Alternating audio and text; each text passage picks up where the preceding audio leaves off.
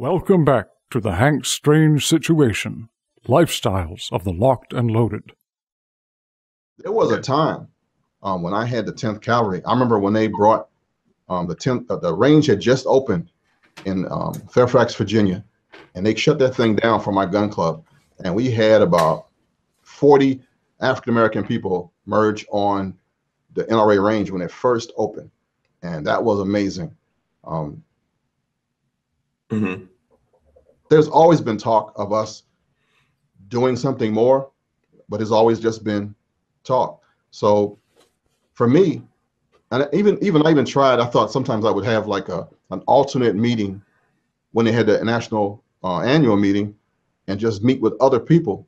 And folks have been doing that for years. Michael Bain and them guys, they have parties with companies that's separate from the country and Western stuff that's going on. Right. So there's always been an alternate thing. It's just that our group, or if you want to say people of color, haven't been able to organize anything successful or want to do it. So it's, for me personally, I'm not going to fight that battle. Okay. So I noticed, we were talking about social media and how those things have changed. There are black gun groups. Lots of them now. A lot more than it was 20 years ago. Right. Now, I'm kind of like worried about some of the people within these groups because I see certain things that I think that this is, I think part of it's good, right? Black people getting into guns, or I think we've always been into guns, to be honest with you. Right? Black people have always been into guns, even in hip hop culture, all that kind of stuff. If you go to that extreme, they're into it. People in the South, no matter where you live in America, I think you would want to protect yourself. But we haven't been very vocal with it because we typically follow certain people out there that we think are our leaders. So liberals, Democrats, we go along with them. We say, oh, these are the guys we should be voting for. So now you see people coming out and saying, okay, yes, we're wearing guns, we're here, we're proud of it. But on the flip side of that, I think some of the reasoning and then some of the rhetoric that comes out of those groups bothers me because I don't think it's going to help to move us forward, into the future in a positive direction. Have you seen any of this? Yeah, I mean, it's a sociological project. It's kind of like when you first start off and they put you all the little boys on this side and all the little girls on this side. And as you grow up, you learn that it's really cool to be with girls. And then you separate by gender and you separate by race and you join groups because they have like minds. There's a time when you're just comfortable being with people that look like you. The bad part of that whole thing is the reason for you doing it. When you're being exclusive and you become almost as racist as the people that you're accusing other people of doing, that part is like floating around like really heavy right now, and folks can't separate the two. It's hard to be American. That's like not even cool. It's cool to be something. You can be any group you want to be, but don't be your flag waving American. So it's kind of a strange dichotomy we got going on right now. Yeah, it's scary to me. I've seen some of the things these guys are talking about, some of the people that they support, and it really does worry me. I see them come out talking about other black gun leaders that are out there or people in the gun community of color, and in an incredibly derogatory way. If there was a white group saying what some of these groups say, this would make the news. If the NRA said some of these things, I've seen horrible things said about Cole Noir. I know we were just talking about the NRA. One of the things they have done is, Cole Noir is one of their representatives. I think he does a good job. I know that's a tough position for him to be in. Yeah, right? If he's actually a lawyer now, passed the bar and everything. So he's like getting his skin toughened he's going to be an awesome attorney.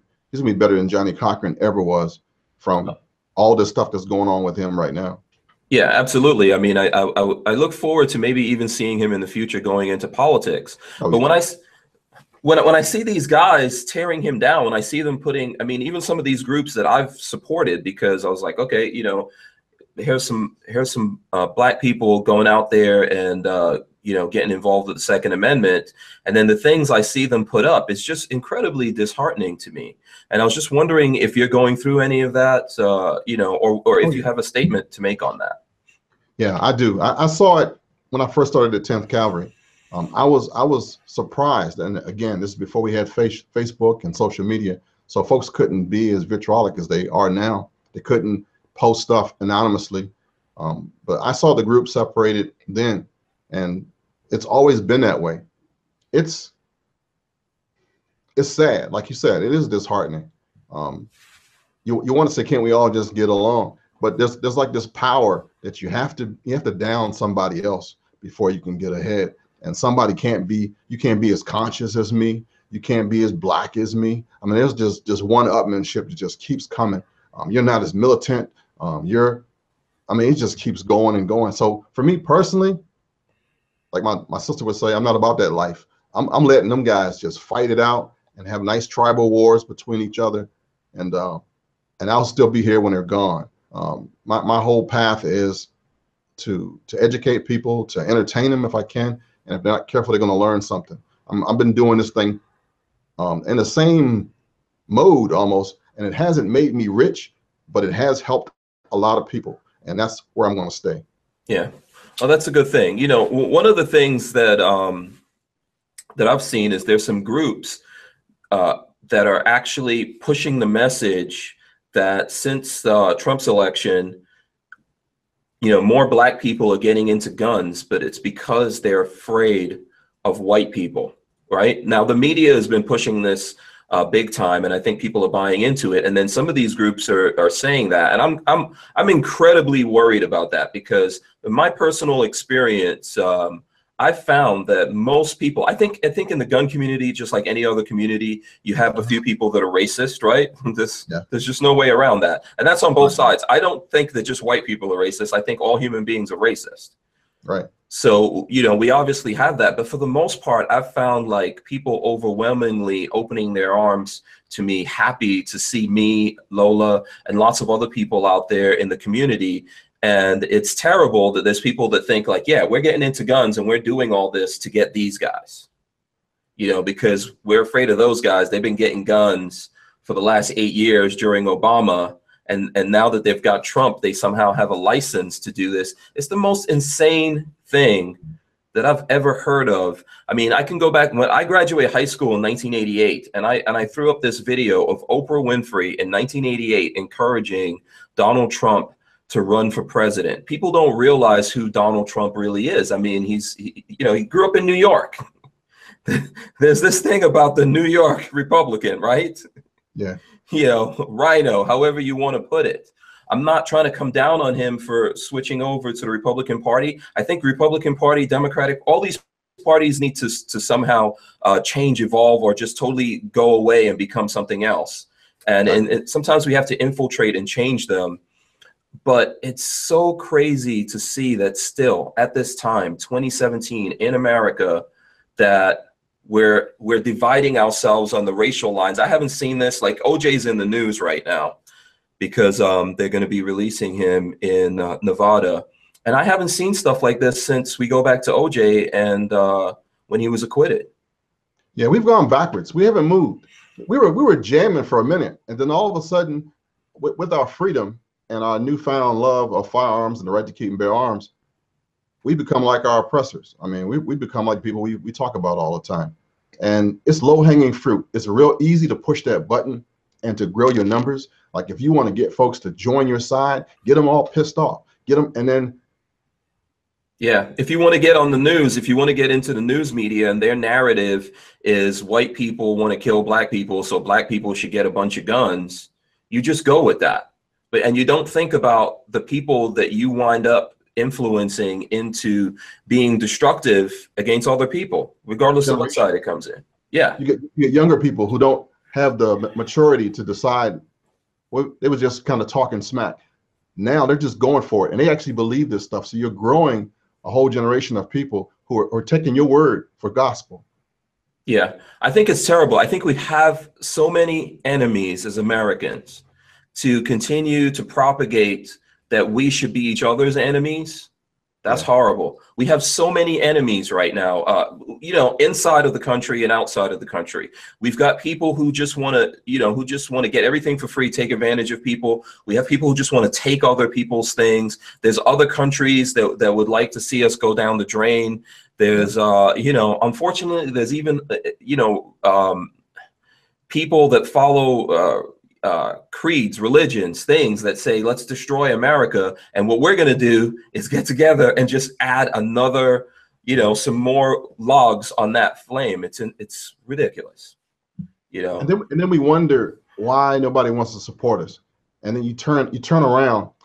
If every time you say something, everybody says, whoa, maybe you should think that you said something wrong. But we don't do that. We got folks who just talk and they get themselves stuck out there and don't want to admit, maybe that was dumb. Let me pull back. They keep going. And they're so far out there now that they can't come back because they'll lose face if they do. Yeah.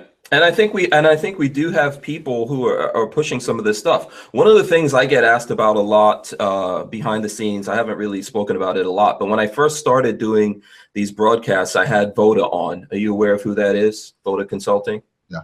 Yeah. So I had him on because, you know, we happen to be Facebook friends. He's in some of those groups I was talking about, and he was doing some crazy stuff out there I really wasn't aware of, but everyone was coming to me to ask me about this guy. So I figured, well, you know, what's the best way to deal with this? Let me invite him to come on, speak his piece, ask him questions, right? And we did that. But I've noticed that it's just ramped up. They're still doing it. People are still having him on, and it kind of like worries me. And then other people always ask me, like, why are people still talking about this guy? Why is Voda such a thing? I'm not trying to come down against what he's doing. You know, he can do what he's doing. I think people need to make adult choices and decide whether or not they want to train with him. Right. But the question comes up of why are there people out there that keep pushing that particular story? So do you have any idea? Why do you think that that's happening? Everybody loves a circus. We love a bad guy. We love when we can jump on somebody and then see if you're whose side you're on by just certain people. We've forgotten that you can actually preload a question. You know, when you're watching a lawyer show like Law and Order and you're on the witness stand and somebody says, do you still beat your wife? We don't realize that the media, that people can ask a question that if you are not sharp enough to realize it's a setup, you'll answer incorrectly and you'll just keep on going. And our folks just keep on feeding into it. So you're buying this rifle because Donald Trump was elected. Yeah. And then you got about 20 other people who thought, wow, maybe I should get mine too. And nobody's even questioning the question. We forget that you have the opportunity. Everybody's a media company now. You can make your own statement. You can bless somebody or you can curse them with your mouth. And we love to curse. We love to snide comments, the sarcasm, the positivity, real small. The plus stuff to help somebody up, real small. You can count all the people who are talking nonstop. Where's the positivity in what they're saying? Is what they're doing helping anybody other than themselves stay in front of the camera, become more famous? Probably not. Yeah. I mean, yes, I think the implications of that, to me, the implications of what's going on with people that keep pushing that particular message is they're setting America up for a race war. They love that. Yeah. You know, why would we want that? The chaos that would come, that would be hell. We're going backwards. Yeah. That would be hell on earth. Yeah. We would go way back, way back, you know, and that's like the last thing that we should even want to do. But I know that I'm pretty sure that there's some people, including the media, that want to push those things. And I think also in the case of a lot of people, in the case of Voda, for example, like, you know I was trying to figure out what's going on with him and put that there and maybe, you know, help him think about what he was doing. When people ask me what's going on there, here's my explanation. I don't know. You might be old enough, you know, to remember Step and Fetch It, right? And, you know, I think there's a lot of people in America that don't remember that. Step and Fetch It was one of the first Black actors to make $1 million, but he had to play a role. He had to be this clown. He had to play the role that people wanted him to see. And I think that even though we've moved forward, there's some things we haven't moved forward in. And I think that there's lots of people out there that still like to see a clown. Now, I understand entertainment. You know, I strive to be entertaining. Yeah. I try to have fun and definitely have that element of entertaining. But I think this goes beyond that. You know, I think that people are setting him up to be a fool, to be a clown. And if he's deliberately doing it because, you know, because of clickbait, because he's going to go viral, then that's even worse. I don't know that I feel that's exactly the thing, but I think people are doing that out there because they feel more comfortable looking at this black guy who's doing this crazy training and just saying, look at this crazy black guy who's doing this.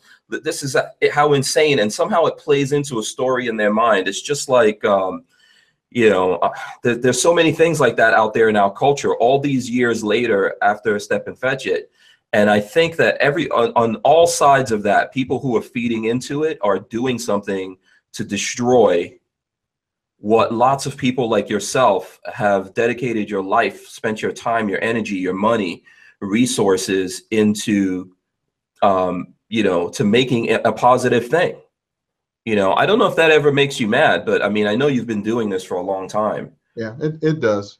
And it's what it does now, though, or what it used to do, was every time I heard it and I just shake my head and I thought, that's why I'm going to quit, because nobody wants positive stuff. Nobody wants the truth. Nobody really cares. They want sensationalism. They want to be inflamed. I'm not going to, you can't hardly, I'm telling you how bad it is. If you put a comment on Facebook, 3 people will comment back on it without having a clue of what the real purpose of what you're saying is, to try to be funny or to try to, you know, to steal some of the shine from it. The way we are now is just weird, man. It's just a strange time.